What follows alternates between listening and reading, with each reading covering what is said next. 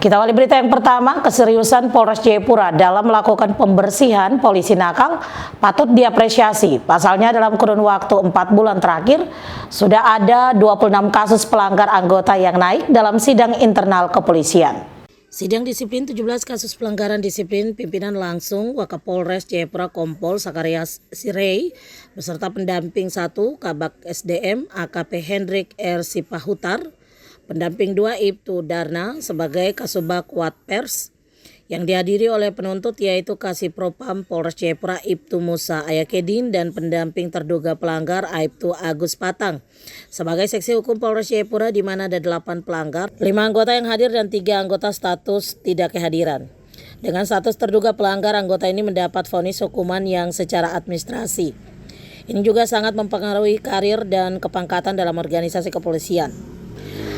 Apalagi jika sampai mendapatkan putusan direkomendasikan untuk PTDH atau pecat tidak dengan hormat. Propam Polres Jayapura berupaya menekan terjadinya pelanggar sekecil apapun dengan mensosialisasikan saat apel pagi terkait larangan dan aturan. Proses sidang disiplin justru menjadi alternatif terakhir dalam fungsi pembinaan disiplin dan proses Polri, dan sebagai bentuk ketegasan pimpinan dalam memberikan efek jera terhadap pelaku penyimpangan yang dilakukan anggota Polri. 4 bulan terakhir ini, Propam Polres Jayapura sudah menangani 26 kasus pelanggar yang terdeteksi dengan rincian kasus yang variatif.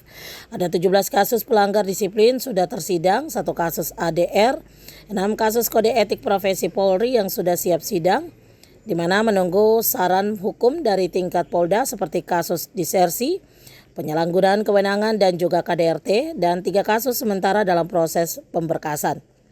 Di sisi lain juga proses hukum ini bentuk ketegasan pimpinan Kapolres Jayapura dalam memberikan efek jera dan adanya rasa keadilan dalam menerapkan sistem reward dan punishment. Jadi harus membedakan yang baik dan berkualitas diberikan reward dan yang nakal dan tidak berkualitas diberikan punishment. Sidang disiplin tersebut justru membantu mempercepat proses sehingga mendapatkan putusan hukum tetap. Sehingga jika terduga pelanggar selesai melaksanakan masa hukum, anggota bisa dipulihkan lagi hak-haknya baik untuk UKP, pendidikan, dan penempatan dalam jabatan. Dari Jayapura, Ferry Fadli, kontributor iNews melaporkan.